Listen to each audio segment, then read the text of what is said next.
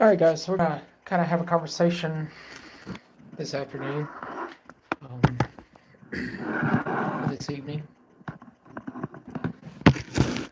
Try to get all this worked out here. Yeah, so this is just kind of a trial run to see if we can go live or whatnot. That's all it is. But went out shooting today with the Delta 5 Pro and got that all zeroed in. So here soon we're gonna release the details of the 250 sub giveaway. But until then, let's just have a conversation, guys. Nothing special, nothing fancy. Ask whatever type of questions you guys want to. And so,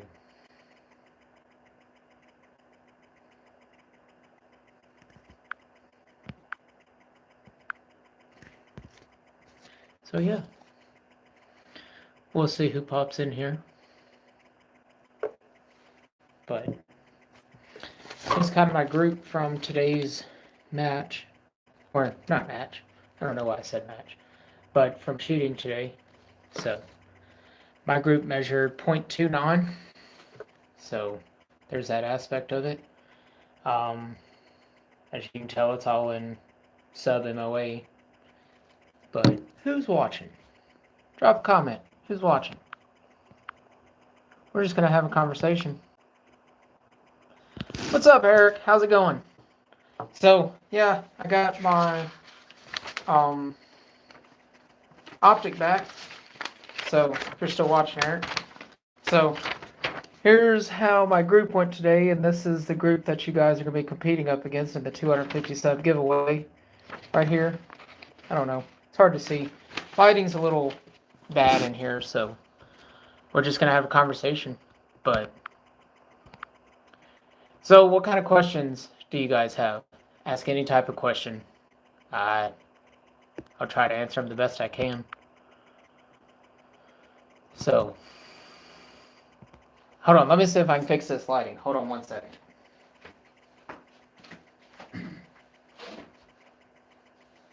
Oh.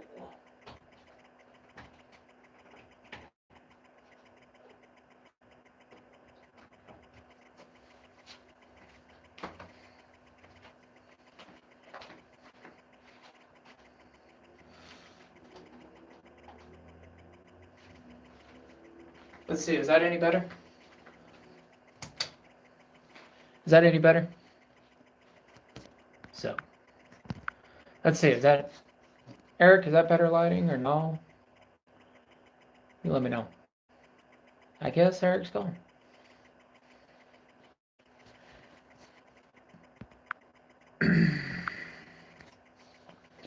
So, Eric, you've asked a lot of questions. So, what other questions you got? You've asked a lot down there in the comment section. So, any other questions that you're curious about? I'll try to answer them while I got you.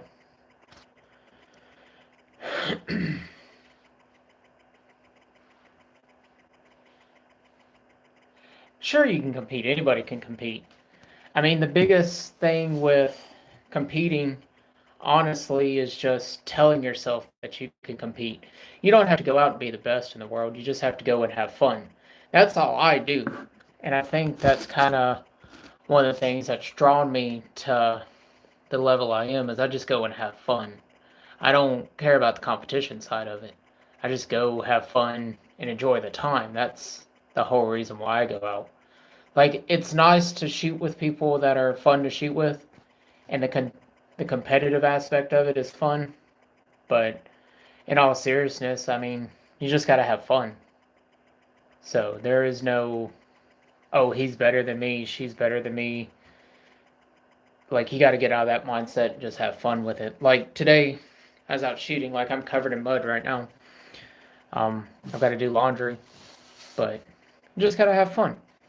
I mean, the right equipment goes a long ways, but that also comes with its own price tag, if that makes sense. But go out, just have fun is the biggest thing that I can say for anybody.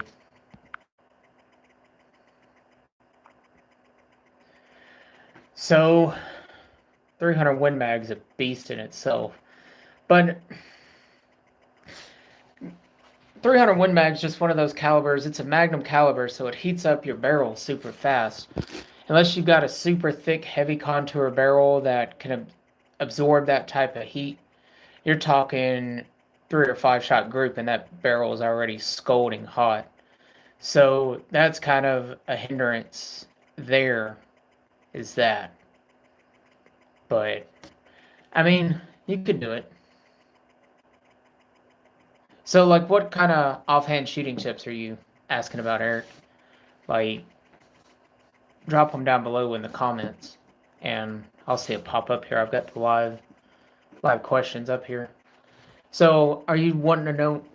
Ugh, covered in all sorts of mud. I just got home from the range, guys, so we were out practicing today. I should have a new video coming up.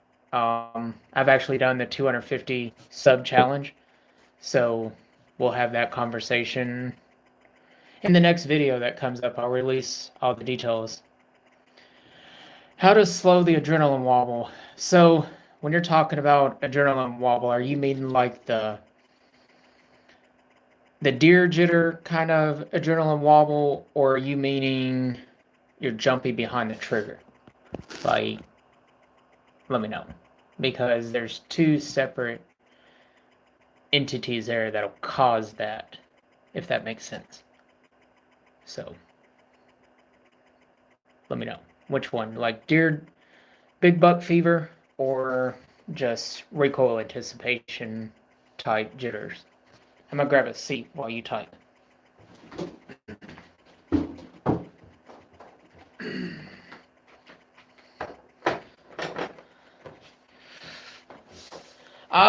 So I'm not a big hunter, so I might not be the best one to answer this, but I understand like the pressure side of it.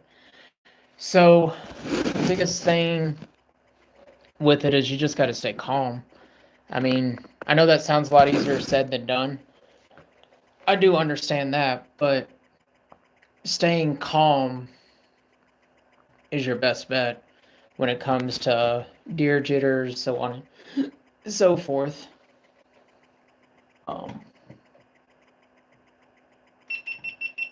Sorry, I had something beeping behind my ear and I didn't know what it was. I mean, you just gotta stay calm. Like, you've got to learn how to control your breathing. That's gonna be the biggest thing, and that's even when you're shooting tight groups. Like, you've got to learn how to shoot on an empty lung, if that makes sense. Like, when you're pulling the trigger, smooth is fast and fast is smooth. So that's going to be your biggest attribute there. Does that answer your question, Eric, or am I kind of beating around the bush a little bit? Like, I'm not the best one when it comes to like the deer jitters, because I don't hunt like that. I don't. It's not that I knock anybody that hunts. I just don't hunt. I spend so much time going to matches. Honestly, when I'm home and I'm away from a match, the last thing I want to do is go shoot, if you want me to be honest. I enjoy shooting, but it gets sometimes to the point to where it feels like another job. So I spend so much time practicing that if I've got an off weekend, I'm going to spend that with the fam.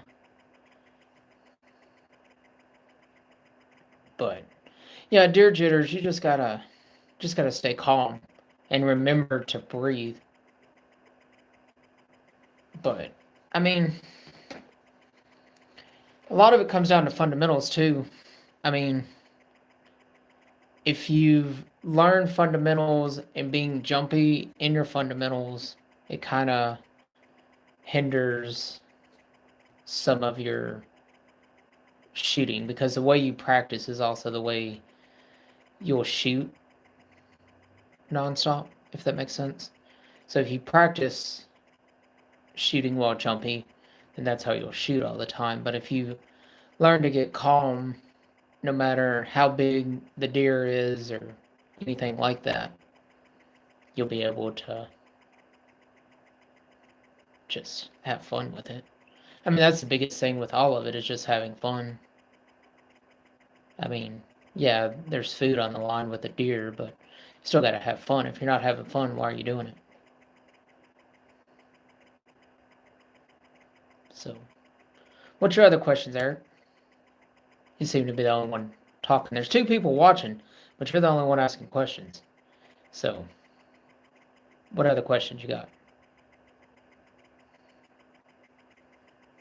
So, bench shooting and prone shooting almost go hand to hand with each other.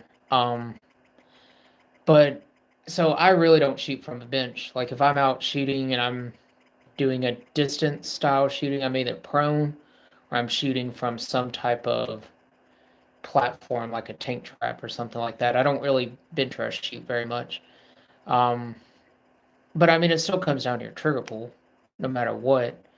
I mean, a smooth, crisp trigger pull. Sorry, guys, I stutter, so yeah, bear with me some. A smooth trigger pull beats everything, but it's still your breathing comes down a lot to it. I've seen some guys that all they do is shoot bench press and or bench rest style matches, and holy crap, some of those guys are really good, a lot better than I am. Like I'm over here excited about a .29 group that I did today at 100 yards for the 250 sub challenge, but yeah, I appreciate all you guys that's helped the channel grow. So I really do. Full exhale. Um, Anytime I'm shooting, like especially when I'm laying prone, you can tell I take a big breath, then let it all out and empty my lungs and my chest and my diaphragm. You want all that empty, that way you're calm. Now, obviously, you're not gonna sit there and hold your breath for 5 minutes waiting for that perfect shot, but that big inhale and that smooth exhale, it goes a long ways. Does that kind of help? Like, so another thing that I do when I go to matches is I try not to drink a bunch of caffeine. I'm kind of a caffeine junkie, so caffeine's kind of one of those things that kind of fuels me. I work in the trades, so um, if you work trades, like you understand what I'm saying by caffeine fuels the body. But yeah, what other questions you got, Eric? I know you and I kind of had a larger disagreement over the sandbags kind of thing. Um, yeah, nicotine goes a long way too. But you and I kind of had a little bit of a disagreement over the sandbag things, and that's okay. We're both entitled to our own opinion. But I don't knock anybody that runs those types of bags. They're just not a type of bag that I run. So if that's the only bags that you can afford, by all means, run them. I mean, you're talking my bags are for the set of bags that I have. It's over $500. Not everybody has the money to spend $500 on a set of bags like that when you can go to Walmart or anything just to get them. I mean, I don't really say it's a disagreement. I think we had a cultural discussion, and that's okay. I would rather somebody be in the comments and say, "Hey, I don't like the way you worded that. Let's talk about it." Like, we're grown men. We're all adults, so we can have this conversation. I'm not You're not gonna offend me, and hopefully vice versa, I don't offend you either with it. Um, but yeah, are you spending time with your family, Eric? Um, I'm assuming so. It is Christmas Eve.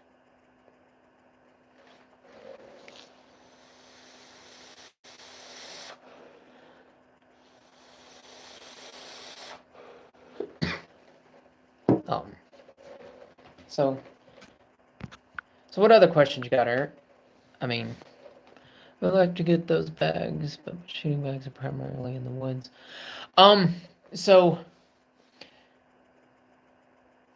my favorite one, honestly, out of all the bags that I use, unless you are running matches all the time and constantly using all sorts of bags, if all I'm going to do is a rear support, I highly here and I'll grab the two. Well, I'll grab one of them. Like, does the end of your stock, Eric, does it have a QD point?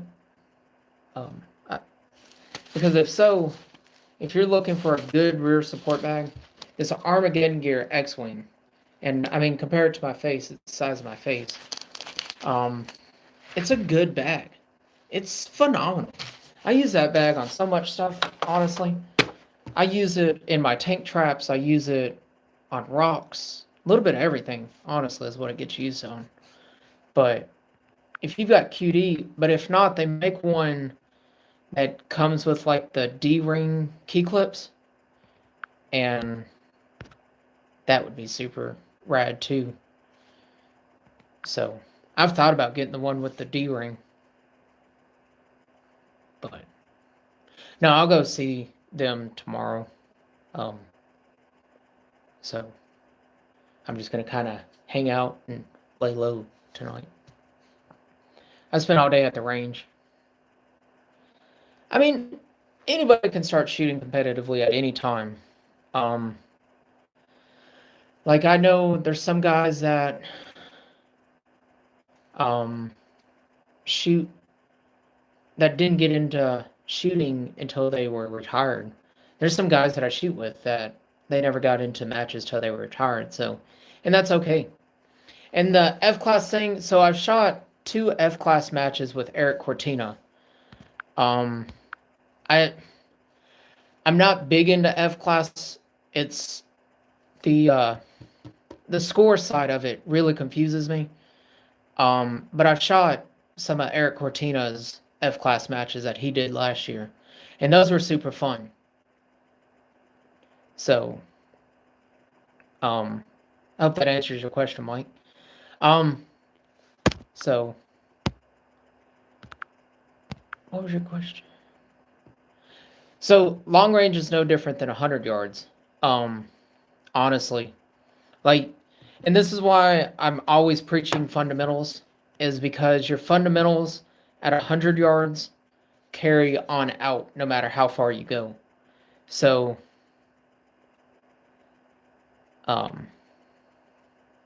that's just kind of one of those things. Like, sorry, I've got allergies. I've been at the range all day. But your fundamentals at 100 yards go no matter what distance you're going. So you've always got to maintain the right fundamentals on long range. So, like, yes, I shoot long range, but I get just as much enjoyment shooting 100 yards as I do long range. If you watch the tactical match I was at last weekend in that video, we all can see where I really need to improve, and that's with the pistol. I'm awful with the pistol. But so I've got some footage on there. I was actually at a buddy of mine's to zero my rifle, and he runs a auto mechanic shop, so he had vehicles in and out. So the audio's not the best, and that's because he's got big trucks coming in and out. So I'll upload it, but I'm probably going to mute it, and then I'll talk about it in just like a standing up segment, how I do when I'm talking. But yeah, Vortex took care of me on that. They overnighted it back to me, and it was super rad. It's actually the exact same optic I had. I trashed my turrets, and so they ripped off my old turrets and sent them back. But I did add something to it that, I don't know. You guys, I don't know how you guys feel about stuff like this, but I added the Gay Tiger 2 round saver on the side of it. I'm a big supporter of LGBT, so there is that. So I added that on the side, but either way, that's something I added to the side of it, and that's how that goes. But so, yeah, you'll see a Gay Tiger 2-round holder on the side of my rifle, because why not? But as far as zeroing goes, so it depends on that, Mike. Some of my matches, Hornady sends me ammo for. In other matches, Hornady just sends me powder and projectiles. So, and primers. It just depends. Right now, with the whole ammo craze, it's been a little difficult to get match ammo from Hornady, even as a shooter. So, a lot of the times I'm just getting Varget and projectiles from Hornady or Hodgdon and just having to load. Which, if you guys want to see, like, one of my loading videos, I mean, there's not a lot to see with it because I load everything on a progressive press. So it's just turning of a lever, but I mean, we could do that. We could talk about that one day. Do a live and I'll just load match ammo. I mean, we could do that sometime. If that's something that interests you guys. I will not give any of my load data out. So that's one of those things. It's a gray area. I won't give out load data. But if I could pick between factory ammo and hand-loaded ammo for matches, without a doubt, factory ammo. Because I don't have to worry about it. I don't have to worry, did I overcharge this one? Did I undercharge that one? Am I going to have a squib? Am I going to... Like, there's a lot of variables that go into hand-loading if you guys don't hand-load. But there's that attribute of it. But if I could pick just one or the other, it would be factory. It's so much easier. So much easier to manage and carry, so on and so forth. Like, there's the advantage to both. One, you can tune a rifle. The other, you just kind of have to do with what you got. But what's the other questions you guys got?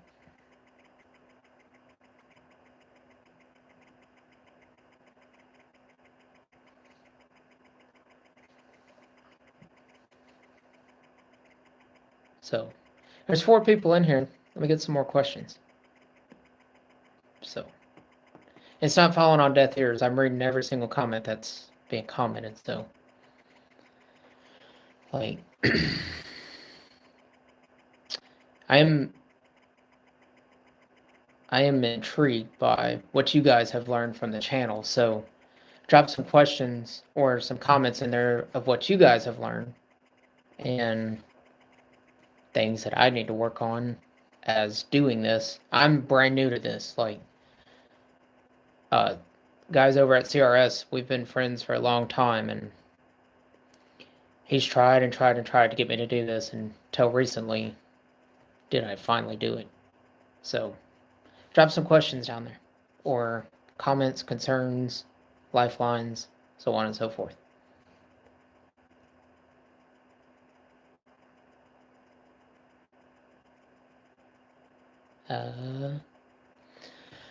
But yeah, so here's my preferred muzzle brake. So what caliber? Are we going to talk 30 cal, or we're going to talk 6 cal, 6.5? What caliber? And that's directed to Mike.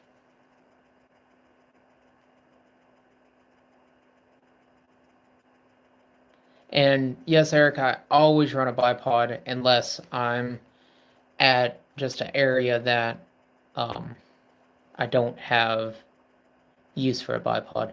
So my favorite 30 cal brake is the same brake that's actually on my Delta 5 Pro. And it's the Area 419 Hellfire brake. I love that brake. It's such a good brake. It's very loud because it is a muzzle brake, It's not a compensator or anything like that. It's a straight muzzle brake, but it's so good at deflecting the gases and spitting them out to the sides. Um, I mean, it's phenomenal for what it is. It's probably one of my all-time favorite muzzle brakes. But you can pick that up over at Area 419. I've had the Sidewinder from them. I like that one a lot, but I like the Hellfire brake a lot better. So there's that attribute. What's some more questions you guys got? So we can have whatever kind of conversation you guys want, as long as it's not political or religious. We'll have any type of conversation other than that.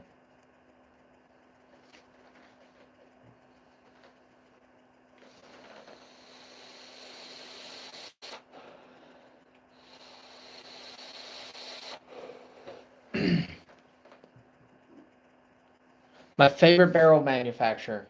So gas barrels or bolt action, because each one kind of have their own niche.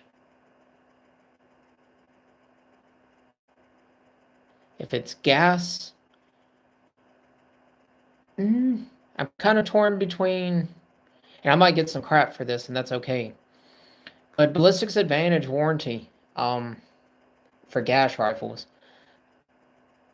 So, bolt action. So it's gonna be Hart, honestly. Hart barrels or Bartlein barrels. I'd say it would go Bart or Hart, Bartlein, Centurion, and then A-Team. It's going to be where it goes. But A-Team and Centurion, they kind of fight back and forth for their spot, but both are very good. They do a good job at both of those. But I would say it's probably Hart barrels. Every time I've ordered a barrel from them, they've been super fast to turn it around. And if they made gas barrels, they would be who I'd be having make my 6GT barrel for me. But my gas barrels, I just go with Ballistics Advantage. Ballistics Advantage really took care of me. So I started shooting PRS and gas. And I shot out a 308 barrel in my very first season. I mean, it was done. It was toasted. And I called Ballistics Advantage to order another barrel since they're associated with Arrow. It's all covered under Arrow and Ballistics Advantage. And I talked with them, and they actually overnighted me a 21.5-inch barrel for my 308 in return just to run it. So I've ran that on my 308 ever since. But I'm in bolt action now, so I don't really run gas that much. So that barrel will last me forever. If I take somebody to a match with me that might not have a rifle that's set up for this style of shooting, I just take them with me and let them run my 308 in gas. But 308 going out to 1,300 yards is a little tough. So you just really got to know what you're doing. But 6.5 Creed, super easy. There's nothing to it. But so I've really been playing with the idea of making a 6 dasher in gas. Everybody keeps telling me it's not possible, but I think it is possible. But I don't know when I'm going to do that one, so we'll see. I'm going to do the 6GT first. That's top on my list of my next gas gun to build, is a 6GT. And then a 6 arc and bolt action, because that's just a barrel change at that point for me. The bolt carrier is the same for the 308 6.5 Creed as it is for the 6 arc. So we'll have to talk to some people about making me a barrel. What's your guys' favorite actions? So bolt action rifles, what's your favorite action? Is it Terminus? Is it Defiance? Who is it? Bighorn? all very good actions, phenomenal actions. So I got 2 people. Opinion on the 408 Shy-Tech. So I'm really looking at a 408 Shy-Tech right now to build an ERL rifle with, or the 416 Rigsby. Both have their niche, but I haven't done enough research in the 2 calibers yet to decide which one I'm going to go with. So when I get my buddy Robert on here that does extreme long range all the time, this is a conversation we're going to have for Robert, and get him on here and talk with him. But he's like me, he shoots so many matches a year, it's going to be hard for us to link up together. But we're working on it, I promise. We're hoping to do it by mid-January. Hopefully, knock on wood. But so I don't mean to deflect your question, but I don't know. I hope that doesn't deflect your question, Mike, but it's just something I haven't done enough research in yet. What's another question?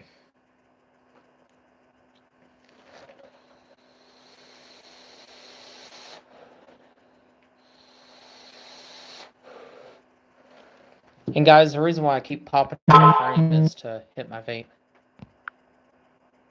So I don't know how the algorithm is with that, so I don't know. I don't want to get in trouble. It's first live stream, not trying to get in trouble yet. That'll come at a later time. But send me some more questions, and we'll try to answer them. Because even if I don't know the answer, somebody in the comments might know the answer. But what's some other questions you guys got? Mike and Eric, both of you guys have been full of a lot of questions. So I'm assuming Mike's still in here. And Eric. But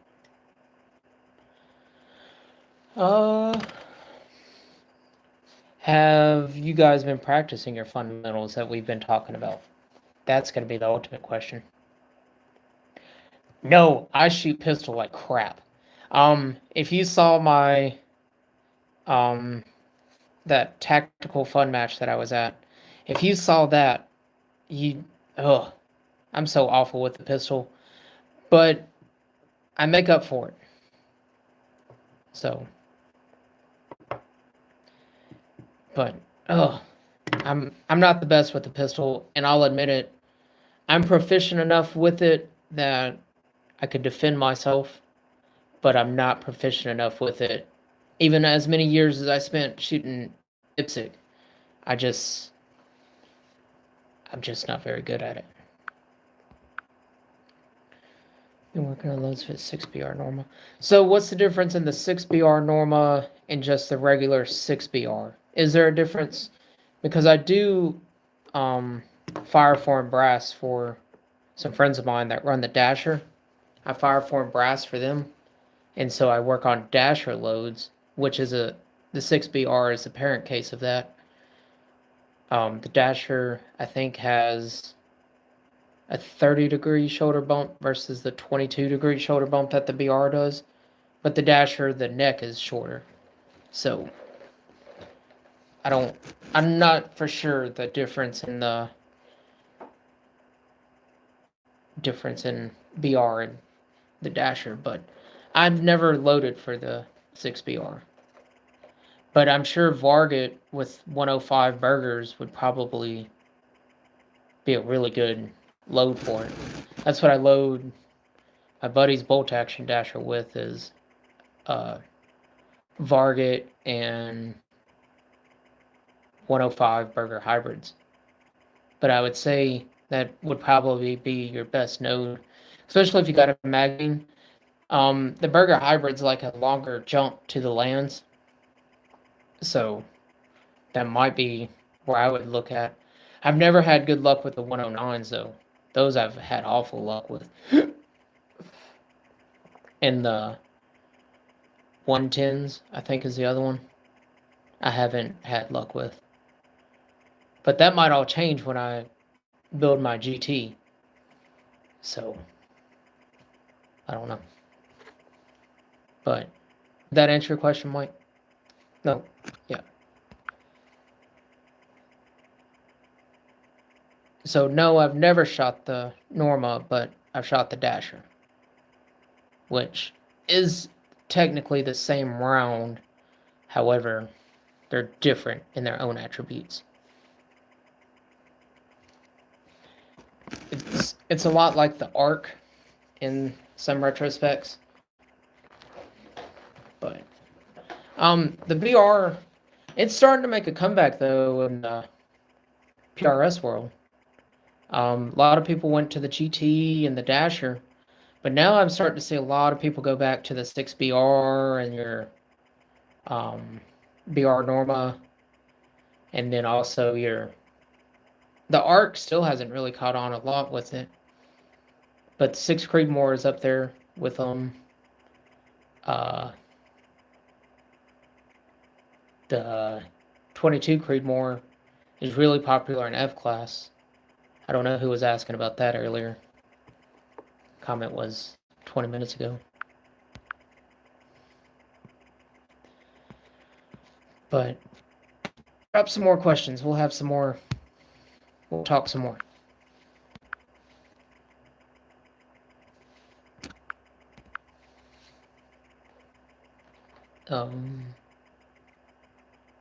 How about you, Mike? What's your favorite muzzle brake or compensator? Now it's my turn to ask you a question. I'll have this question with you. And it's fine if you answer a question with a question, then answer my question. I'm not going to be mad at you.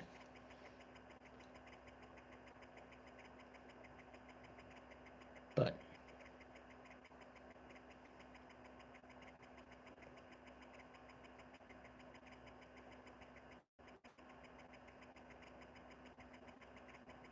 so, yeah, I mean, there's not a lot. I'm waiting on y'all's questions, so when I get quiet, that's why, is because I'm waiting on a question. I've always been taught to wait for a rebuttal, so that's kind of how it is. And I am sorry, guys, that I am so mellow tone in my videos. It's just kind of one of those things. See, I've never messed with the Razor brakes. I've heard good things about them, but I've never used them. I generally just use the Area 419 stuff. But Razor's been at a couple matches this year, but they've been at both 3-gun matches and long-range matches. So they're starting to come around a little more. The Drago brakes, I've ran that on my gas rifle. My go-to gun lube. Oh man, I love this stuff. It's called Zero Friction by Pro Shot Products. You can pick it up over at Midway. It's like $5 or $6. It's a zero weight oil. Oh, it works phenomenal. That's my go-to stuff right there. Especially, so the nice thing about it is it's not water-based, so it doesn't cause rust or anything like that. And it's thin enough that it'll get in the places that you can't normally get into. And it's got this little, like, super tiny tip. I don't know if it's going to show up. Super tiny tip here that you can get it in really, really tight spots. So that's why I use this stuff. I've always used that stuff. It's like magic on your actions. I use it on my gas guns too. But you gotta be a little careful with the gas gun because That stuff's a little bit thicker, and if it gets on the gas block, it makes a mess, or the gas key on the bolt, it makes a mess. Ugh, it makes such a mess. So,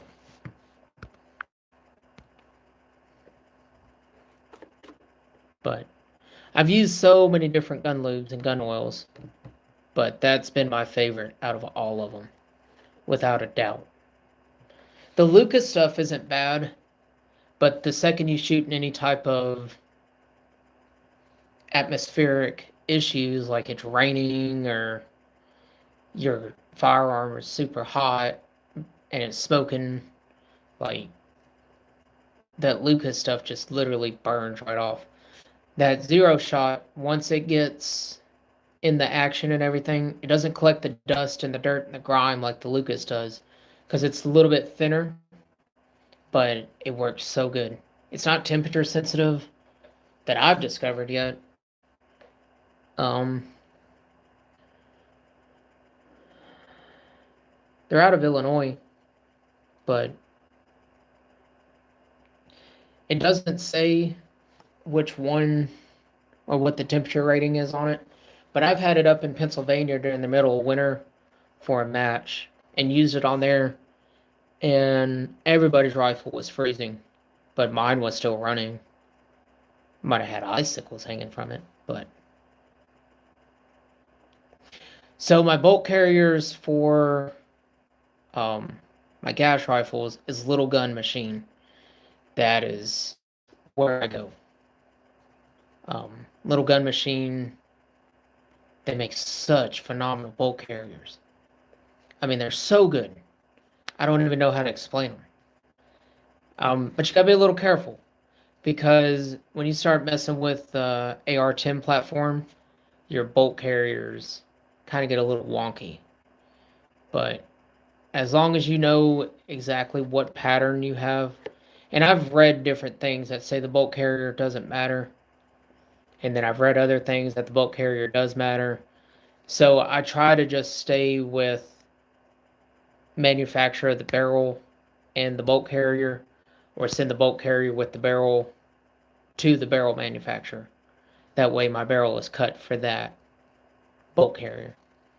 But yeah, Little Gun Machine, or Little Machine Gun. I think it's Little Gun Machine, or Little Gun. They're really good. But I also run, like I might catch some crap for this, but I also run BCM bolt carrier groups, and I run Arrow bolt carrier groups. I run Anderson Manufacturing bolt carrier groups. The only ones that I don't run are Bear Creek Arsenal. That's the one company that I will stay away from, no matter what. Like Anderson might get some crap, but Anderson makes BCM. So, kind of get what you get there. But Anderson's local to me too, so like you kind of got to help your local business. Even though they're on a global market, they're still local. So if you spend money local, it stays local. That's my opinion.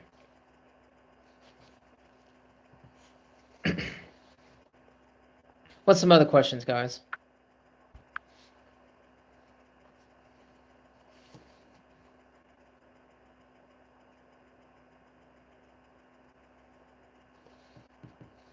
But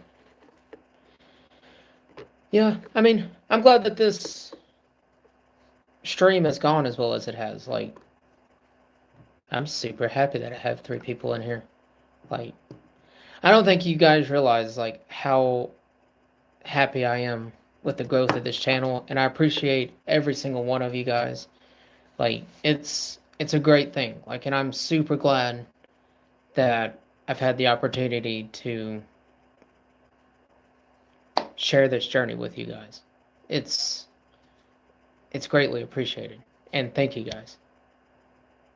Granted, I'm at 175 subs. I don't care. I'd care less if I had 175 or 1.75 million. I don't care. I'm just glad that I've had this opportunity to help you guys. So that's what I'm most excited about.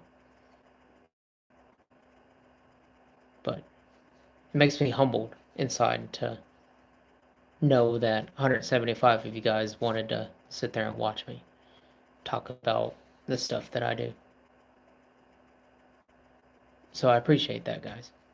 I really do. But what's some other questions you guys got? I'm going to drink some Dr. Pepper, so I'll be back in just a second. Drop your questions while I'm drinking some Dr. Pepper.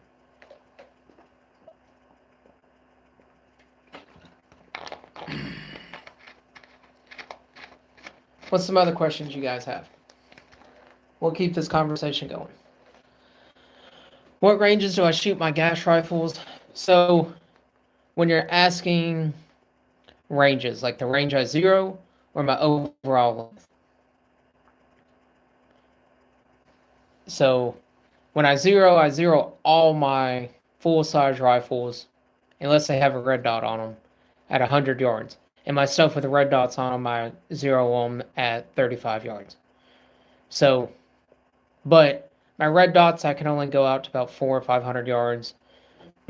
But with an optic, with knowing your holdovers and your elevations and so on and so forth, you got to realize I've taken my 224 Valkyrie out to 1,600 yards. And that was just to say that I could do it. And that's in a gas rifle. I shot gas and PRS for a long time. And we were shooting all the way up to 1,300, 1,400 yards. Relatively frequently. So that's kind of one of those things that kind of happen. Like, once you do it and once you can do it, you'll never stop doing it. But it's getting through that mental aspect of doing it. So there's not a set distance, quote unquote, that I'll shoot my gas rifle at, but I will shoot my gas rifles a good ways. I mean, you're talking, I've sent a 22 out to over 500 yards before, which is insane. A 22 long rifle does not need to go that far, but it's possible. So, Eric, you want to see some ammo testing? Are you wanting ammo testing in different grains or like bullet grains, or you want different manufacturers, different lines from the same manufacturer, so on and so forth? What are you asking about?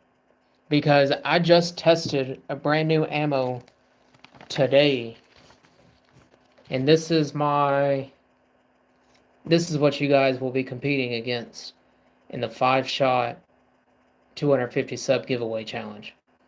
So just so you're aware, that's a 0.29 measurement. This is a 1 MOA or half MOA block. So there is that. I'm super upset with myself though. I pulled this shot and I knew when I did it. Ugh, I'm so upset about that. But all my shots are touching, besides that one flyer. But it'll be alright. I zeroed my rifle on a fly and shot that group just for you guys. So I was using the Hornady Tap 147 grain EOD, I think is what it was. I just went to the local shop down the road from me and picked up some 6.5 Creedmoor from them, and that's what I used. So, but I prefer a 140 grain over the 147s. But if the 147s is what I can get, 147 is what I'm going to get. So what's some other questions, guys?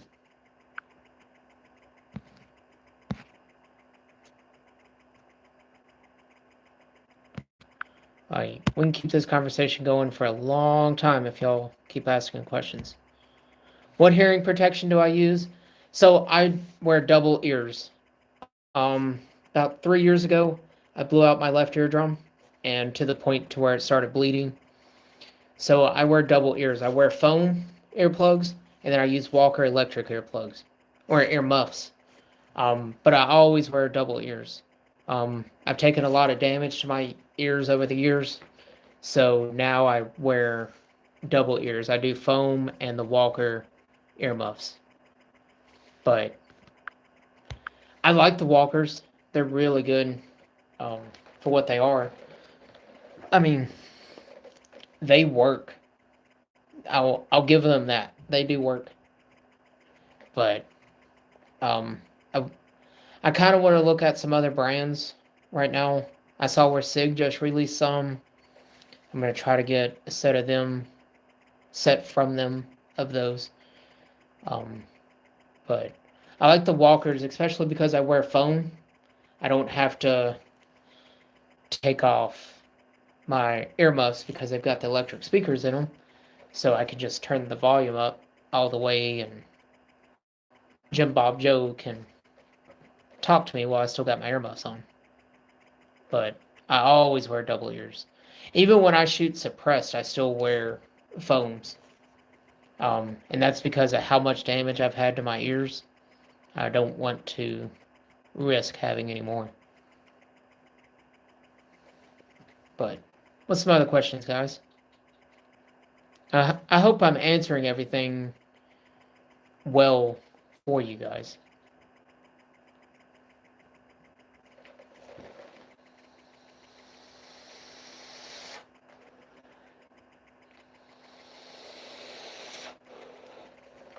Sorry, guys, I needed some nicotine for a moment. But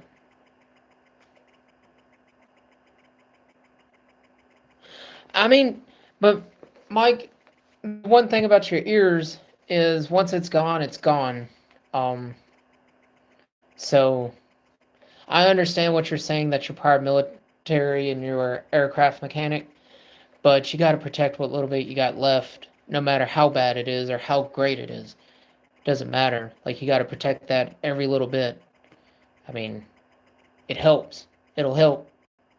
I'm a big fan of the "it'll help" guy or "that'll help" guy, the mechanic. I don't know if you guys watched him on YouTube or anything, but the "that'll help" guy, favorite guy ever. Like when I need a comedic relief, I watch that guy. So, but have you guys checked out the new Matrix movie? I'm a little curious about that. They're upstairs watching it right now. So, but I don't watch much TV. So, but figured I would come down here have a conversation with you guys while they're sitting up there watching the Matrix.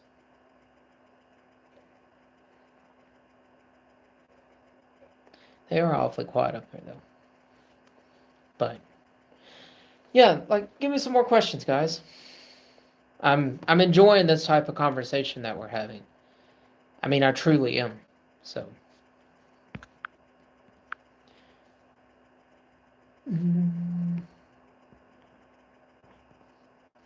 So. But I mean, I don't know. The new one seems pretty interesting, but it gets a little mundane in the middle. So, I don't know. Happy holidays, Mario. I appreciate you stopping in. But has everybody finished all their Christmas shopping or what they were going to finish before everything closed? I don't know if where you guys are is like where I am, but everything around here closed at like 5 o'clock. So, but I am also in the Bible Belt, so it's kind of one of those things where everything closes super early. Sundays, half the stuff's not open still. So, just kind of one of those things. But how many of you that have young kids went out to the store, bought yourself a firearm, and set it out in the morning and said it was from Santa? That way, your significant other, your wife, or your spouse couldn't say, well, Santa's not real in front of your young children. I'm curious about that.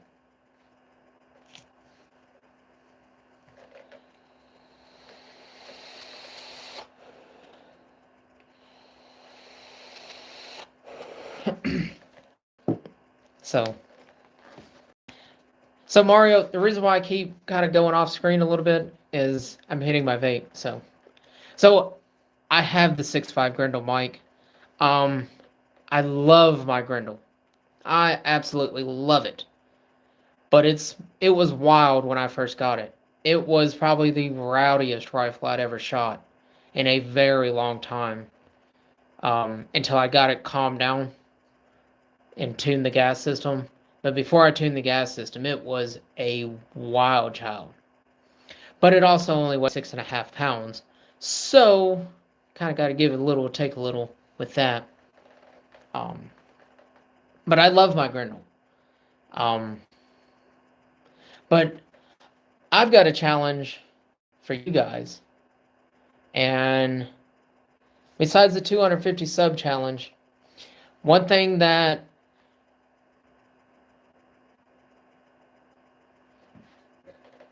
VOT FYI, I don't know what that means.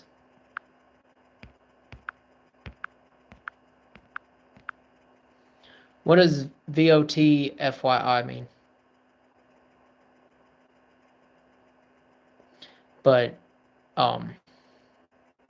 so one thing that I like to do when I get a new rifle, and whether you guys do this or not, that's okay. You're not going to bother me if you do or if you don't. But sorry guys. I take a spent shotgun shell, just 12 gauge shotgun shell, and I go down to my 100-yard range, and I will stick the shotgun shell on top of my target stand and see if I can hit the shotgun shell in the middle. That's something I do, and that tells you if you have a 1,000-yard gun or not, just so you know. A shotgun shell at 100 yards emulates a full-size IPSC target at 1,000 yards. So, but Luisa, what does VOTF? I know what FYI means, but what does VOT mean? Is it voice of truth? I don't know. I'm curious.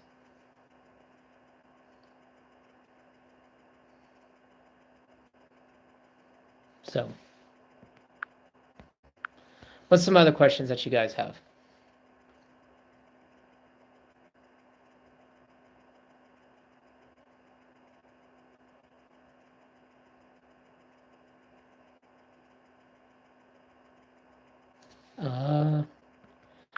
Have any of you guys... I mean, Mario, you should try it. It's actually very challenging. It's a lot more harder, or it's a lot harder than you think it is. And everybody's like, oh, that's easy, that's easy, that's easy. It's really not that easy, because if your optic is off, that's how you also know if you got a really good zero on your optic. Because if it's off by just if you guys, I don't know what everybody shoots in. I shoot in MRAD and Mills, and that's just to keep everything on the same page. Like I don't mix MOA and Mills and all that. I stay with Mills, MRAD, because it all measures the same. But so I'm trying to work on the conversion between Mills and MOA together, but it's a challenge, so you'll have to bear with me a little bit on that. But with the if you have it just slightly off any to the left or to the right, or it's shooting just a little high, it makes it a real challenge.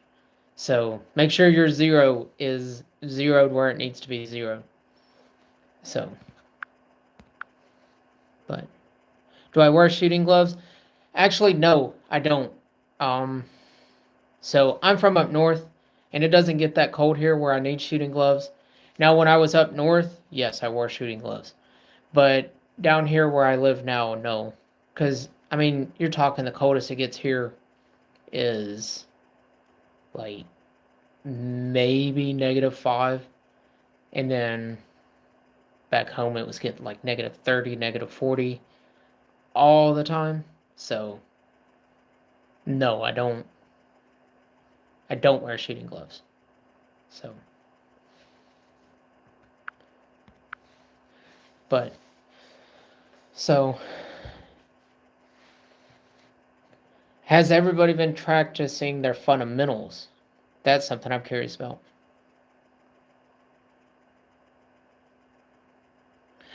So, yeah, you gotta be a little careful when it comes to zeroing.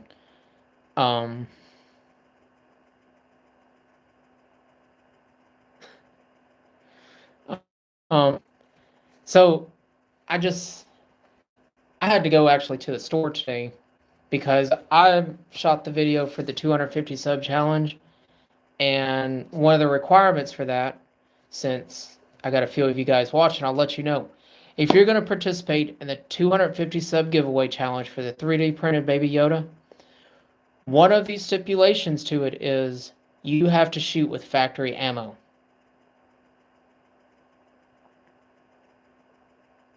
So, one of the stipulations to it is it has to be factory ammunition.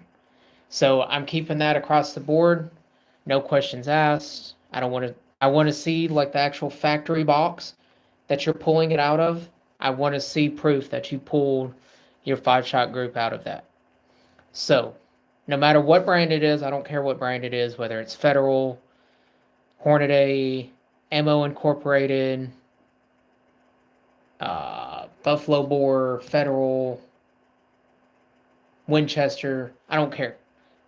But it all has to be from a factory, factory ammo manufacturer.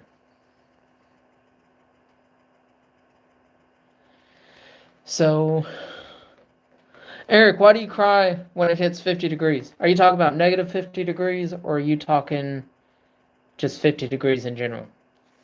Because if 50 degrees above Fahrenheit is awful, then you do not want to come here in the summer. It gets about 110, 115 degrees here in the summer. So it's brutal here. And it's so humid. Ugh, it's awful. But, so, I mean, that's a good reason to follow me, I guess. So we are starting from the beginning with this channel, but once it progresses more, we'll go into a lot more advanced stuff. But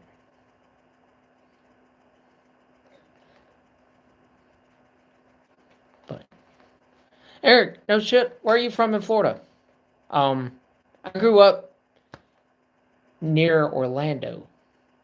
So, yeah, I miss it down there. I really do. So if you're anywhere near Central Florida, I probably know roundabouts the town that you're in. You don't have to answer that if you don't want to. That's okay. But, yeah, I miss it down there. But,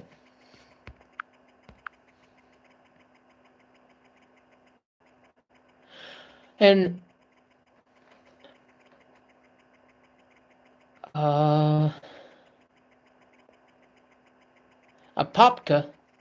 Popka's a nice area. I liked it out there. We shoot a match that's not far from Apopka. It's super cool place. So, Mike, I understand wintertime in upstate New York is probably brutal. Actually, I know it is. I had a friend of mine that went to Cornell University up there, and they always talked about how brutal it was up there. So I understand, but there is going to be another giveaway. So if you can't participate in this one, Mike, that's okay. I'm not going to be mad at you or upset at you. But I want to try to get as much participation as we can. So that is something that I am looking forward to. But so Mario, you visited Miami and the humidity almost got you. Man, have you ever been to Louisiana during the summer? Whoo! I don't think Miami has anything on Louisiana. Like, you get that swamp steam, and it's brutal. So that's all, Eric. That's a good question. Yes, it's going to be a specific target.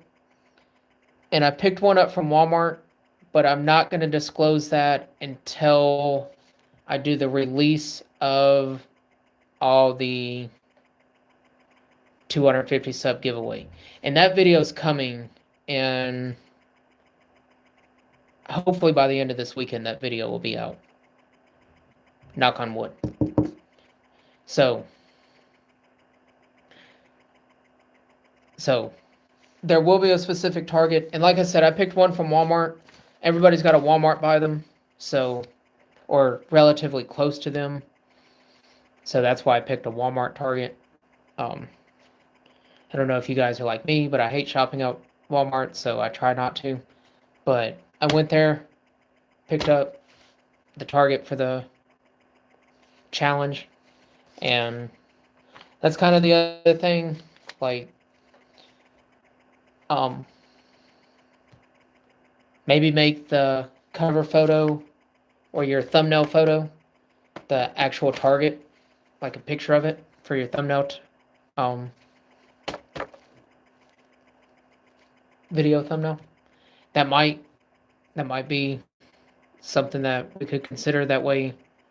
Oh, well, actually, when you rebuild it, we would know that it's the right target. But they do make this target in 2 separate colors, so if you can only find one color and not the other one, go ahead and get that color.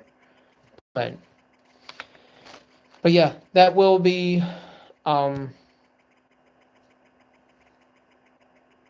disclosed during the next video. But what's some more questions that you guys have? Mario, you're from the dry desert of Las Vegas.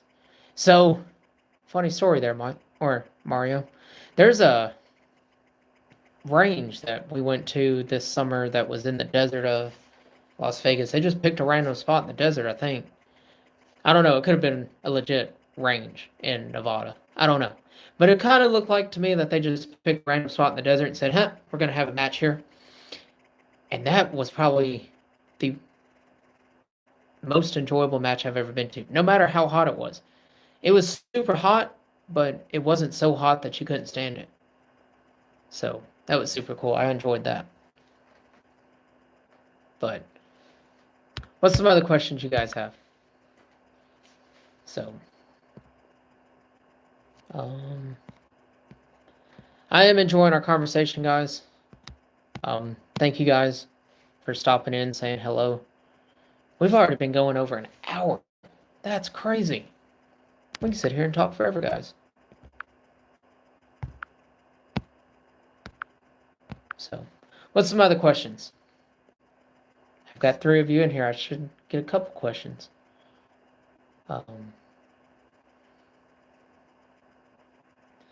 But, like I said, guys, earlier, if you're just now tuning in, this is my go-to bag for if all I had for my rear bag would be this Armageddon gear. I really like the Red Tack Tactical. It's nice, but it's kind of a mid-size bag, but it does work great for a rear bag too. It's kind of like a pint-sized bag. But if I had a QD point only on my rifle, it'd be this Armageddon Gear X-Wing. And you could get that over at armageddongear.com. Pardon me. But what's some other questions, guys?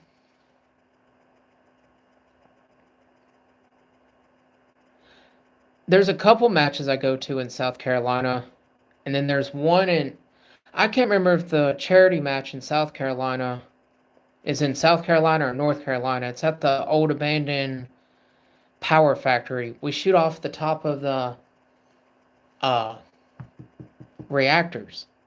And I can't remember if that's in North Carolina or in South Carolina. But I've shot a couple matches out in South Carolina. They're fun, but it's so hot. Y'all South Carolinians are just like Floridians and Louisianians and South Alabama, Georgia. All y'all like that humidity. It's not much better here, but it's just a different type of humidity. But the thing I really like about South Carolina is a lot of the state touches the ocean, so you get a lot of ocean breeze. I don't know how to say your first name, but the Kathleen person, I don't know what the VASF tech does. So, might be a spammer. I don't know. We seem to get some of those from time to time. That's okay. But, like I said, guys, I do appreciate all you guys stopping in. It's been super radical. I hope our conversation's been a good conversation. I've answered all your questions. But we'll give it another 15, 20 minutes, and then I'll have to get out of here. So, Eric, to answer your question, do I shoot my scope with max zoom or just enough to see the target? So I don't hardly ever go past like a 10 or 12 magnification on my optic.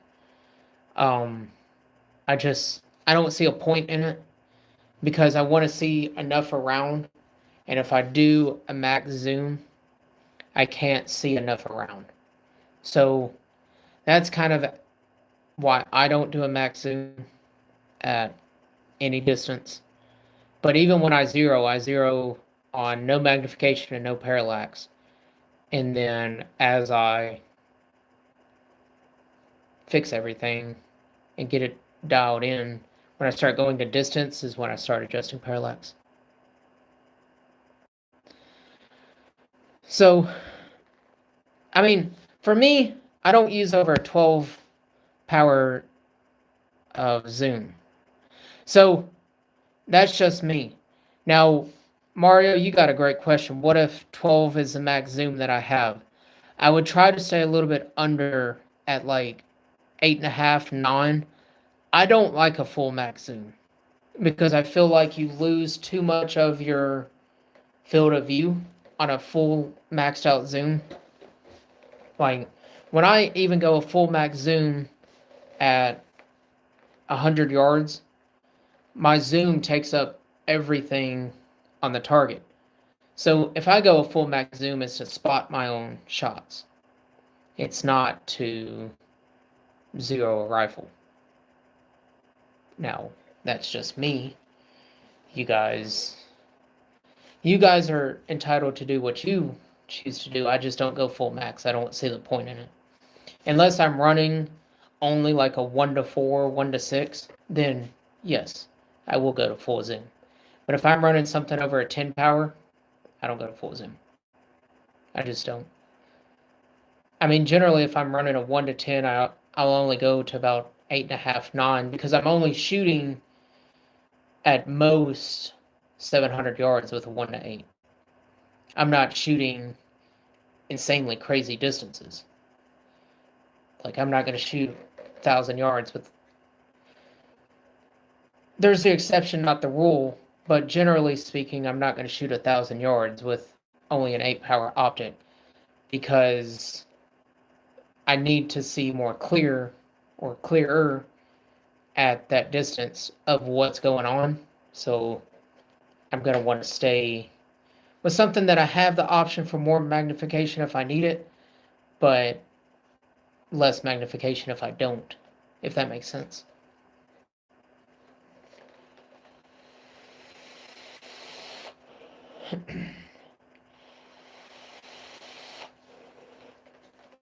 What's some other questions, guys?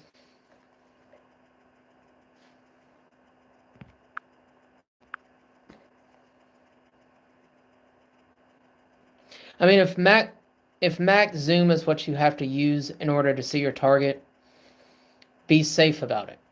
But don't maximum zoom. It doesn't hurt nor does it hinder you. I just don't use it. And I'm blind in one eye. So that's one thing. I'm not completely blind, but in one eye, but I've got really bad vision in one eye. Let me rephrase that. So I do wear contacts, but But I don't go to maxing. My max is 12, but I use 8. I mean, that's a good number. I like a good 8 power if I'm going out to about 6, 7, 800 yards. Me personally. But it's just kind of one of those things. If you feel safer running at a 10.5 or a 12 power, then by all means, don't let my say all be all pick your only that you can't go to 12, because you can, but I choose not to, if that makes sense. What's my favorite red dot color? I don't think I have one, because every single one of them I've used, as the sun starts going down, they wash out. And that stuff is miserable. Nothing like being blinded. So I don't think I have one. I've got green ones, I've got red ones, and I don't think any of them are any good at not washing out. Oh, there's so much mud on my jacket. Sorry guys, I was laying prone earlier when I shoot my next video, and so I've got mud all over my hoodie. But I gotta throw that in the washer. But yeah, I don't think I have a favorite red dot color. They all wash out. If one of these companies would make one that was just a black etch, like, I mean, I know Primary Arms does, but I don't know.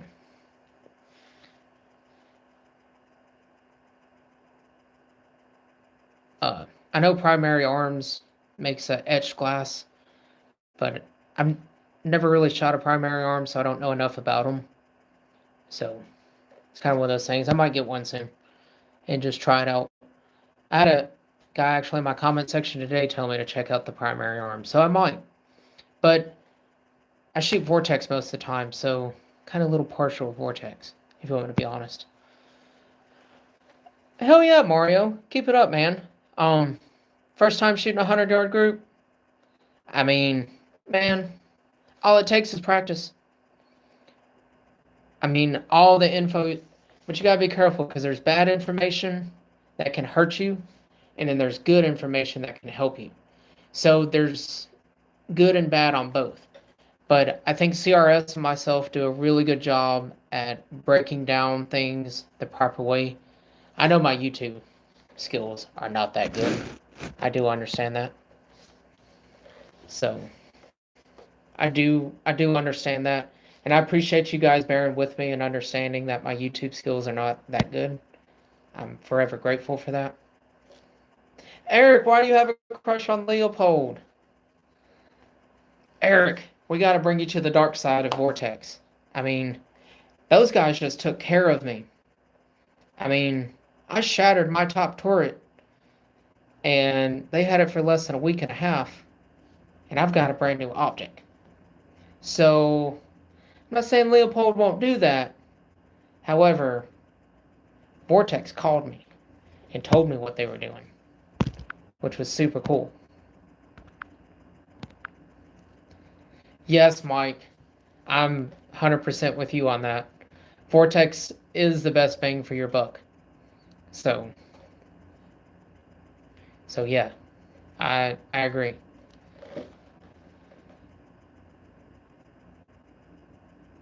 I mean, cross-checking info that you get is not a bad idea, Mario.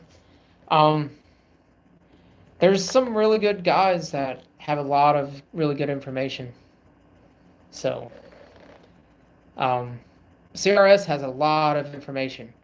I do a completely different discipline than him, so like that's kind of one of those things. I do a totally different discipline than what CRS does, so that's why I started at the very beginning and talking about how to get squared up behind your rifle and square up. But another good guy for you to check out, and I don't know if you follow him, Mario, is Mr. Guns and Gear. And that guy, he's so full of knowledge. So, should check him out. He can probably give you some really good information too. I love Mr. Guns and Gear, but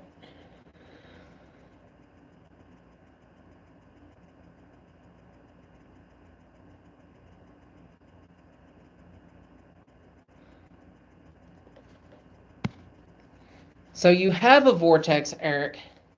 You just choose not to use a vortex. I get it. Vortex is American owned. Granted, not all their stuff is made in the United States. I will agree with that. But the the um the customer service of Vortex is up there, Eric. Another good one for you to check out, Mario, would be like guys like Eric Cortina. I mean, he's got a lot of knowledge. He's got way more knowledge than I have. So, I mean, it was super fun shooting the matches that I shot with him, but holy crap. His videos don't do justice of how good of a shot he is. I mean, truly. I've never seen somebody shoot so good in my entire life. So, Eric's got some serious skill. And he's so humbling about it. That's the greatest thing about Eric, is he's just so humbling. Like he's like me, he just goes and has fun. So, and that's what it's all about, is just go have fun, enjoy yourself, be happy, be giddy, so on and so forth. So that's my biggest thing with Eric, is he's always been super humbling.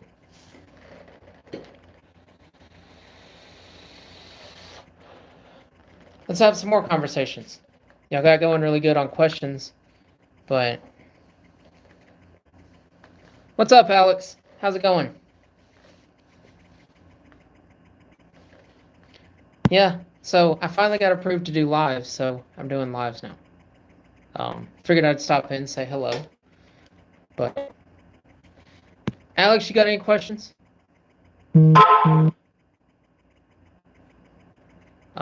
Sorry, I just had a text come through on my phone.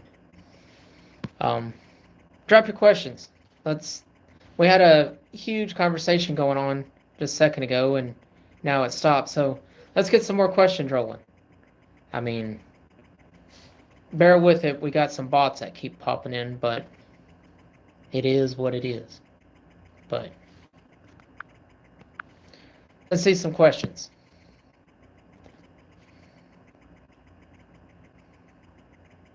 Alex, you and I had a conversation this morning, didn't we, about the primary arms and Vortex over warranty, so on and so forth? I think that was you and I that had a conversation this morning on that. I don't know, I can't look at the video while I'm on a live, so.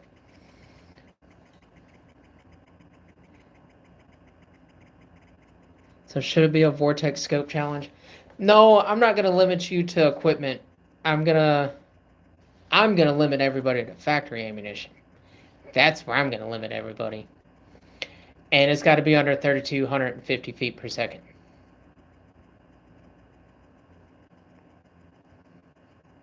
Yeah, it's got to be under 3,250 feet per second, and it's got to be a factory ammo. That's where I'm going to get you. Nope, no loads. Not for the 250 sub challenge. We're going to make it even across the board, and I'm going to throw the hook in there where it's got to be factory ammo. I shot it with factory ammo and shot a .29 group. This is my 5-shot group at 100 yards. So that is .29 group with Hornet A tap ammunition. Bought at my local shop right down the street from the house. So that's kind of the rules for it. But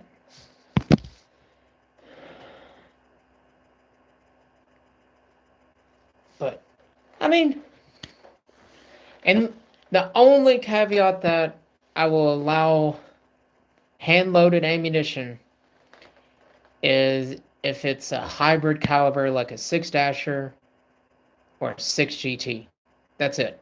If it's a semi-spec ammunition that is out on the market, you have to use semi-spec ammo that is store-bought. That's my only stipulation. Only stipulation. So, what do I have for reloading presses? So, I've got a turret press, I've got a single stage press, and I've got a progressive press. I mean, you could shoot it with a 10mm carbine and if it'll go 100 yards. But don't forget, you got to film start to finish of you getting into it. And I shot mine in less than 45 seconds. So, not going to say 45 seconds is going to be the cutoff, but I might be saying 45 seconds is a cutoff. I don't know yet. We'll have to discuss this in our next video. But yeah, the only hand-loaded ammo that is going to be allowed for it is going to be for the only hand loads that I'm going to allow is going to be for hybrid calibers like your 6-dasher, 6GT, so on and so forth. So, how long is the challenge going to be open to? So, I think I'm going to run the challenge. I think I'm going to release the challenge. And it's a 250 sub giveaway. It's for the 3D printed Baby Yoda. If you haven't seen that, go check out that video. I think it was 2 videos ago or 1 video ago. I'm not exactly sure. And I think I'm going to have the challenge up until I hit 300 subs.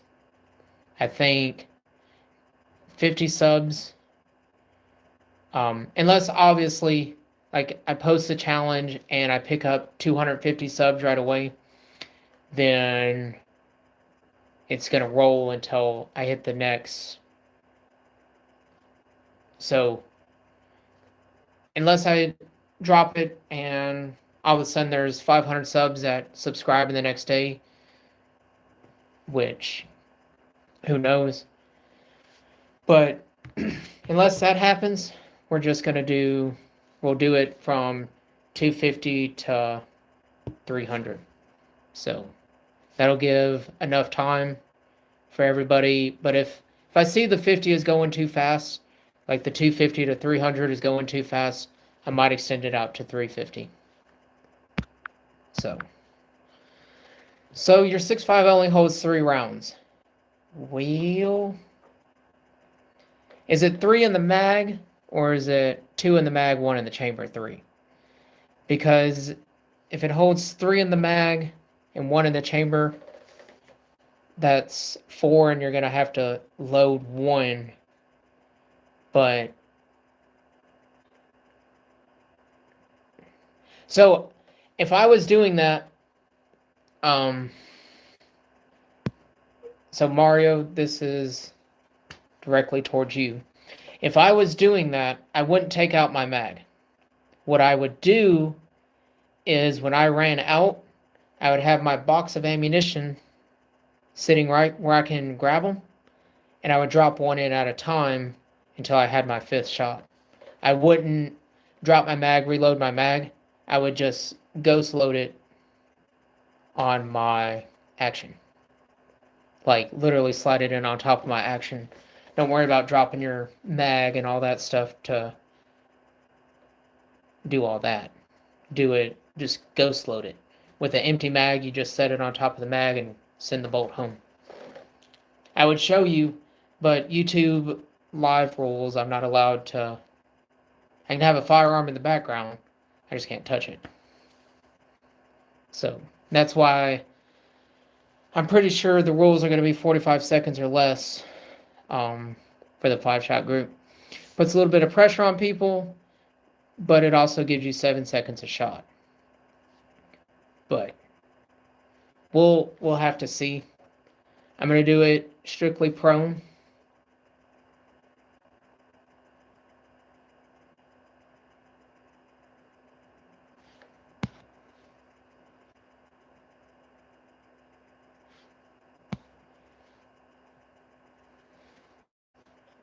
So I understand it's going to be a little tough with how ammo is. I don't know. I'm going to have to think more on the factory ammunition because that might be tough. Not everybody's in the situation I am with ammo. And ironically enough, Alex, my Lapua does not like factory ammo either. What bullets are you loading your Lapua with? But, I mean, obviously that's going to be super crazy expensive to try to shoot that with. You're still talking $5 a round, even with hand loads. So, maybe not. Maybe $30 a round with hand loads, depending on what projectile you're running. And yes, Eric, it does have to be prone. Like, that's the topic we're on right now with Let's Start Our Fundamentals is in prone. So we'll get through this one in prone. And then the next one, we'll have to see. I'm not sure. I'm not sure what the next giveaway will be in. I don't know if it'll be prone or it'll be on a prop. Like a, I don't know. We'll have to figure that one out. But yeah, those 300 grain Burger Tack hybrids, those are nice. I load mine with, I think, a 285 burger. I don't know. I'd have to look. I think it's 285 or 225. I'm not exactly sure which one it is. And they're locked up in the cabinet. Eric, is the only access you have at a range, is it only bench rest?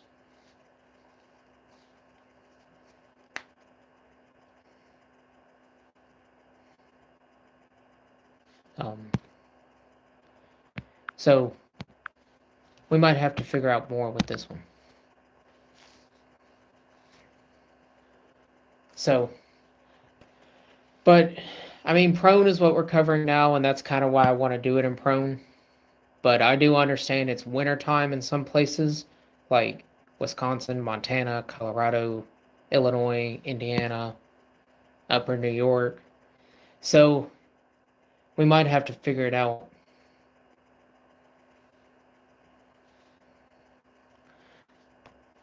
Is it 100-yard range though, Eric?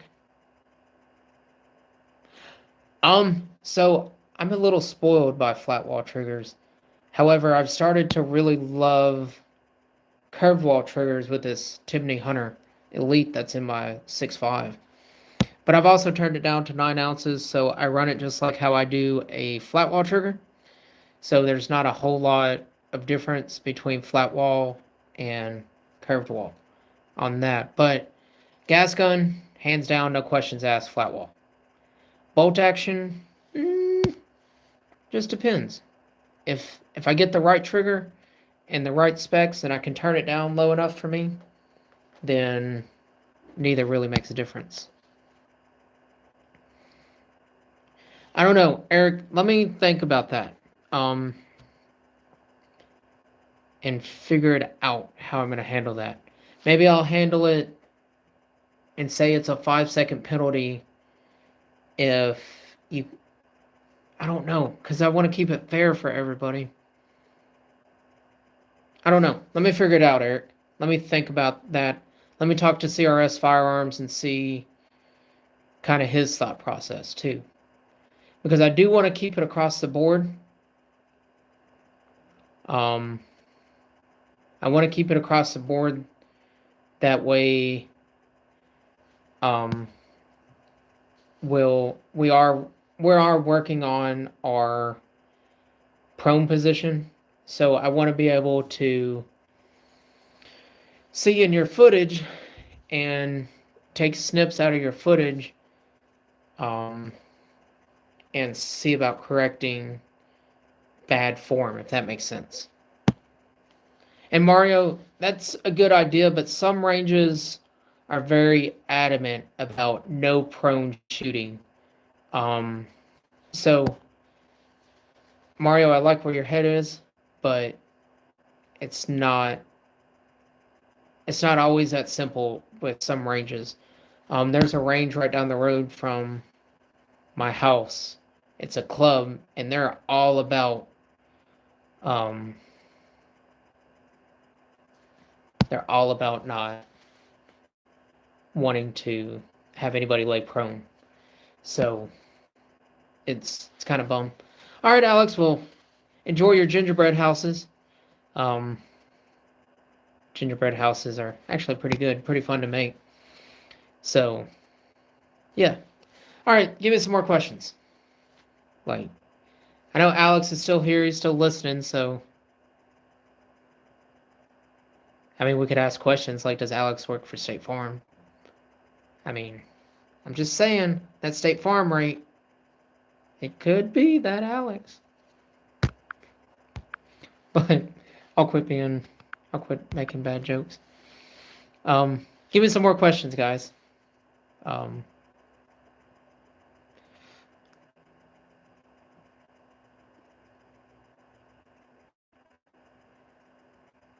oh. I mean, State Farm and Farmer, they kind of go hand in hand together. So, Alex, before you go, what kind of crops do you make or grow? Or are you a cattle farmer, meat farmer? Just curious.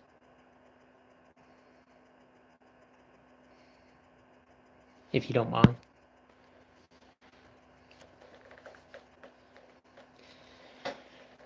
So, guys, send some more questions.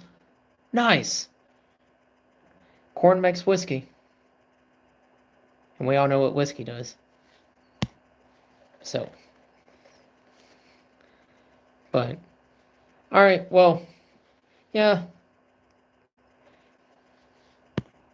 Let me figure out some more stuff on that, Eric, and I will release it in the video.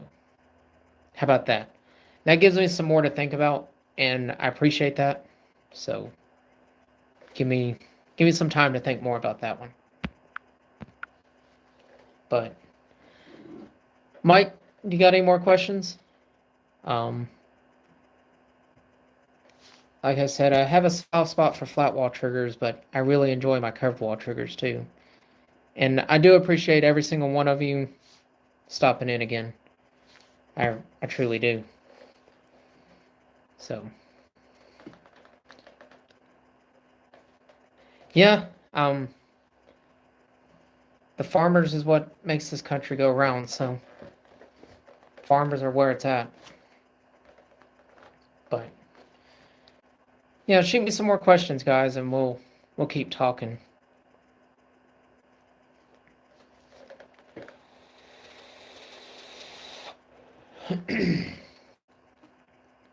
Like I said, guys, earlier, the reason why I keep going off screen in random times is to hit my vape. I don't know how the YouTube algorithm is with that. So, if I can avoid being flagged, I'm going to avoid being flagged. So, it's not to be rude. I'm still watching the screen, guys, but that's why. So, send me some more questions, guys, and we'll keep answering them.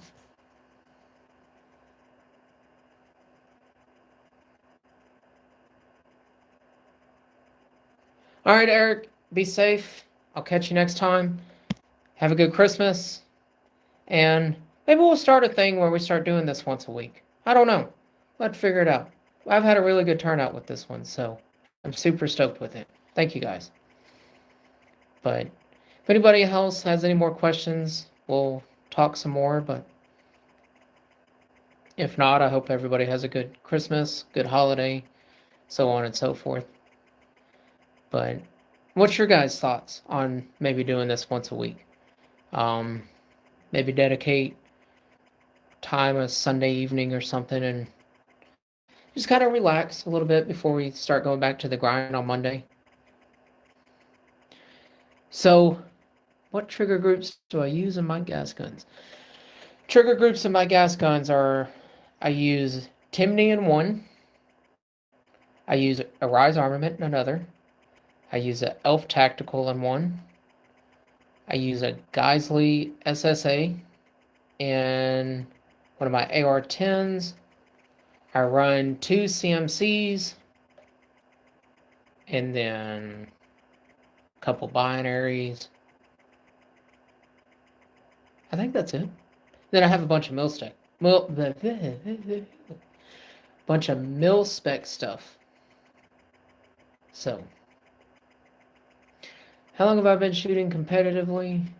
Well, my competitive shooting started when I really started competing was in high school, and I've been out of high school now almost 12 years, I think. 10 or 12 years. So at least 10 to 15 years, I believe. It's been a long time. Yeah, probably 15 years. So do I have shortcuts that I take? Yes. And I would be lying if I told you I didn't. And it happens. But it's kind of one of those things. So, yeah, I really started shooting competitively. I guess it'd be my sophomore year of high school. When I really started shooting competitively. And then shot a lot of club matches when I was in college and stuff. And then I took a break for a couple years, just kind of hung out, did my own thing, and then went right back to it. Never stopped. Even though there's times where you get burned out, you just never stop. So, but I think my favorite trigger out of all my triggers is probably an Elf Tactical that's turned down super low, and my Rise Armament and my Gash rifles. Honestly, I like the Timney that's in one of my Gash rifles, but I don't know. It just doesn't feel right in it, if that makes sense.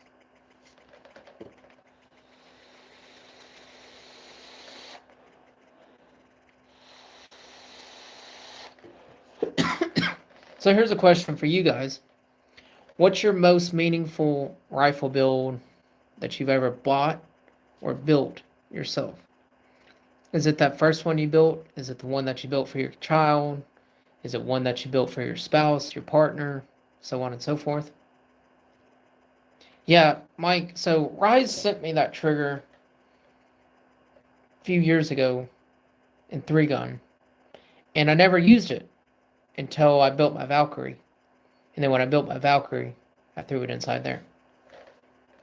So, I do like it. It's probably one of the crispiest triggers I've ever had in a gas gun. It's so smooth. But, yeah, let me know what your guys' most meaningful build was that you ever did. Whether it was for a spouse, partner, child, niece, nephew, cousin, aunt, uncle, brother, so on and so forth. Let me know. And then I'll tell you what mine is.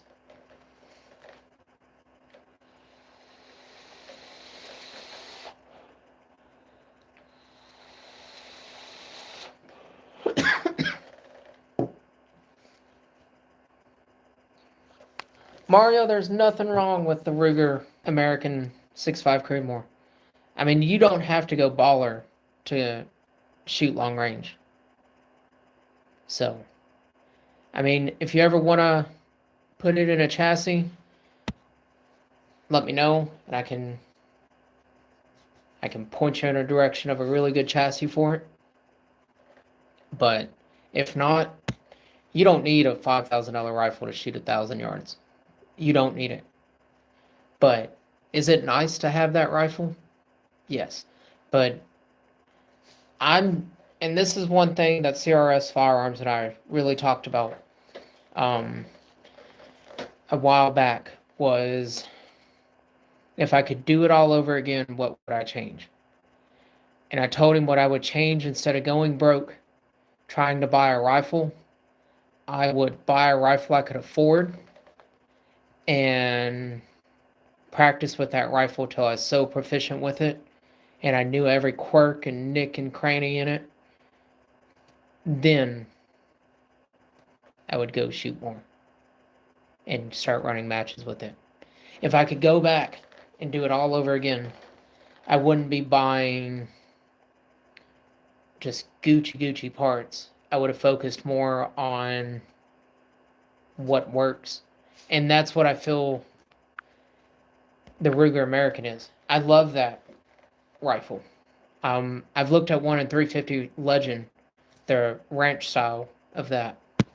And that's what I've been really thinking about getting next, is a 350 Legend and a bolt action rifle for just a brush gun for wild hogs.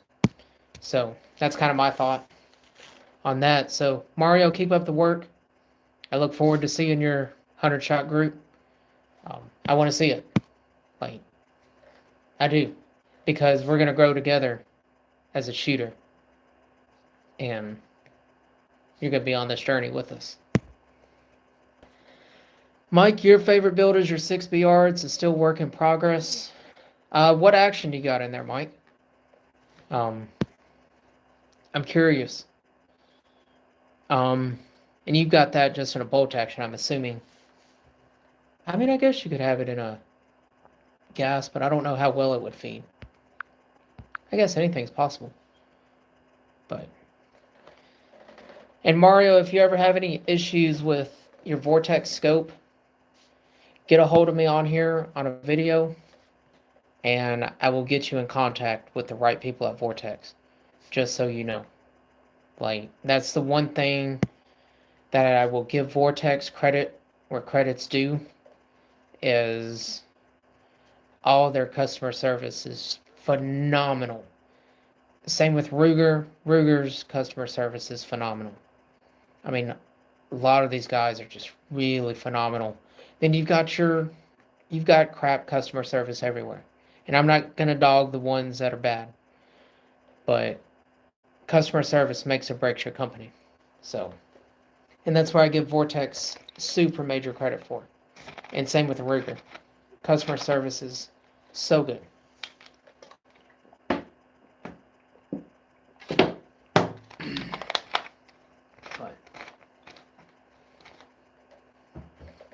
But yeah, guys, drop some more comments. We'll talk for a little while. It's a Stevens 200 bolt, trigger job by you, heart barrel, stock to be determined.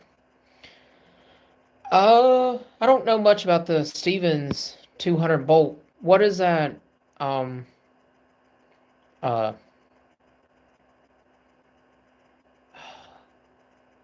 Is it Stevens 200 action? Is it a Remington 700 clone, or is it more like a Christensen Arms clone, so on and so forth?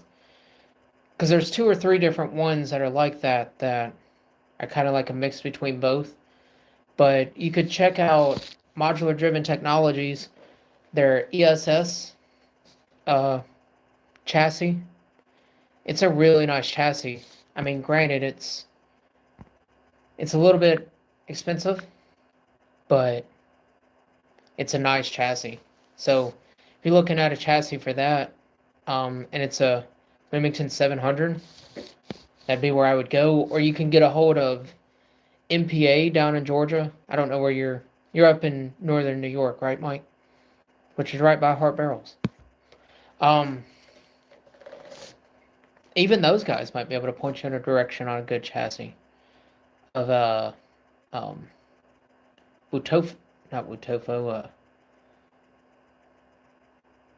anyways, there's a bunch of them. Wook Stocks, I think, is up there in New York also. So there's a lot of... Oh, and it's a Savage clone. There's so many options. MPA, MDT, Wooks, all those guys. So... Mario, keep up the work, man. The biggest thing about this community is everybody needs to help the new guy. And the biggest thing with all of it, and take this for what it's worth, is You've got to practice, be safe, and remember to always have fun. That's the biggest thing with all of it. No matter what level you are, you got to have fun. My match that I just released a video of, shot the worst I've ever shot in a match in my entire life. But you know what? Had the time of my life. So, it is what it is. Had the time of my life. I don't care how bad I shot. It was fun. So, there is that.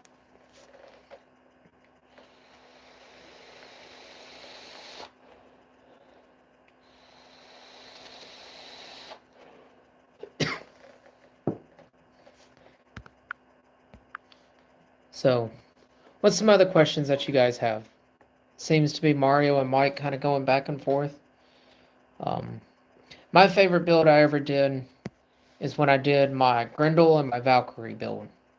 So they're sequential serial number builds, and they're F Cancer lowers from Palmetto State Armory. I ordered those and talked to Chad over there, and he sent me sequential serial number lowers for them.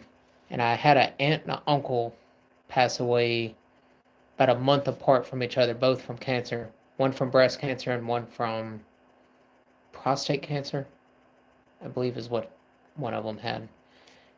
Anyways, they both passed away from cancer. And those two builds are probably my favorite two builds I have. Granted, the Grendel was a little rough to get leveled out, but now that it's leveled out, it's so much fun to shoot. Love it. I think I'm going to put a Fat Bastard 6.5 or Little Bastard 6.5 brake on there and let it run. Just my opinion. And then my Valkyrie, it has a tank brake on it. Super good for the Valkyrie. It's 22 cal, so has hardly no recoil anyways. But I've enjoyed it. I've enjoyed both of those. Those are probably my two favorite builds that I've got. Both have the same optic on there. Everything's the same.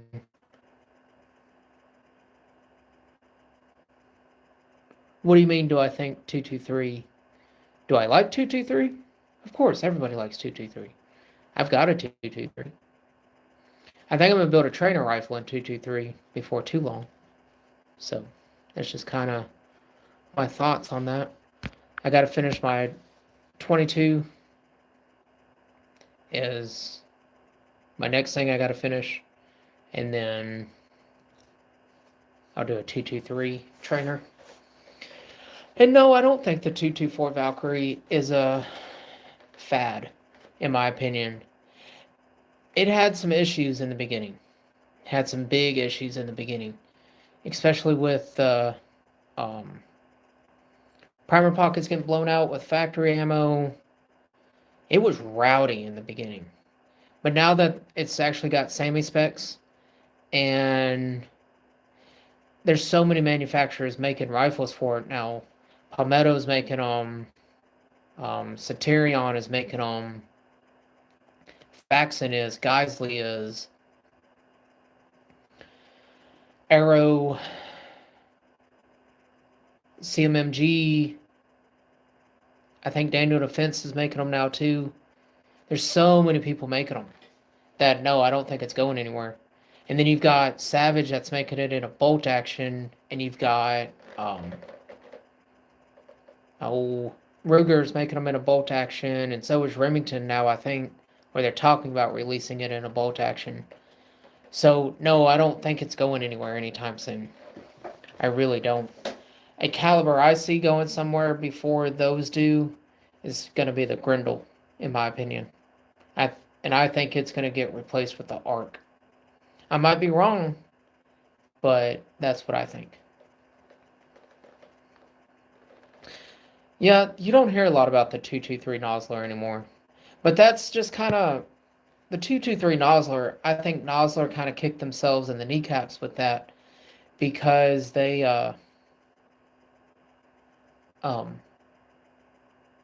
They made it so proprietary to a firearm that it was just frustrating.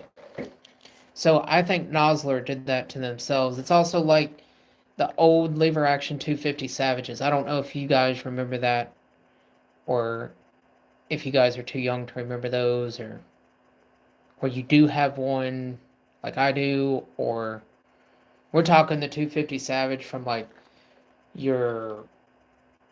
For me, it would have been my great grandparents that had them, and then they were passed to my grandpa, then passed to me. That's the ones that I'm talking about from like the 1920s, 1940s. I have one that I fully restored, and that one's kind of one of those that's super hard to find ammo for, but when you find it, oh man, it's so much fun to shoot. So much fun. So, it's kind of give or take there.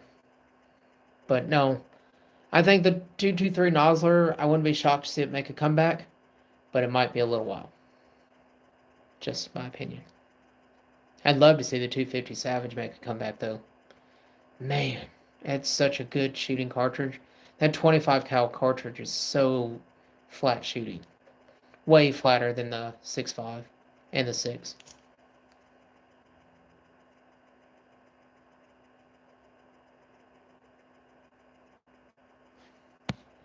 Man, I have not heard of a 223 Winchester short Magnum in so long. I didn't even know they still made ammo for those. Man, that's like the 300 Winchester short Magnum. You can never find ammo for those. Or 338 Winchester Magnum, never find ammo for that. So, none of that stuff can you find ammo for. That's crazy. I have not heard that in a very long time. That's like the... Oh, what was the 22 Hornet, I think? Like, you can't find ammo for that anymore. The 17 Hornet? Who remembers the 17 Hornet? Now we're talking some old calibers. So, yeah. Or the 17 Hammer.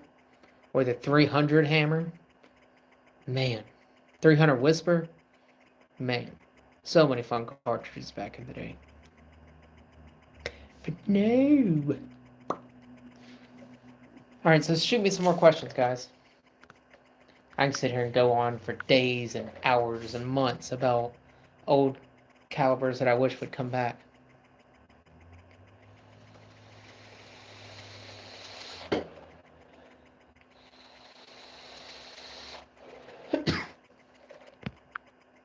Like I said, guys, I do appreciate every single one of you sticking around here for over 2 hours listening to me talk and stuff, so I do appreciate that.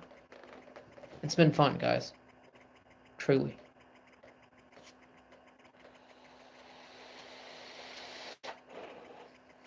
What should I do next time, guys? Do you want to see a live stream of me reloading ammo? What's kind of y'all's thoughts? That's something I would like to do, but I don't know how to do it yet. So, we'll see. Good night, Mike. Merry Christmas. So, I'm going to hop off here too, guys. I do appreciate every single one of you stopping by, saying hello.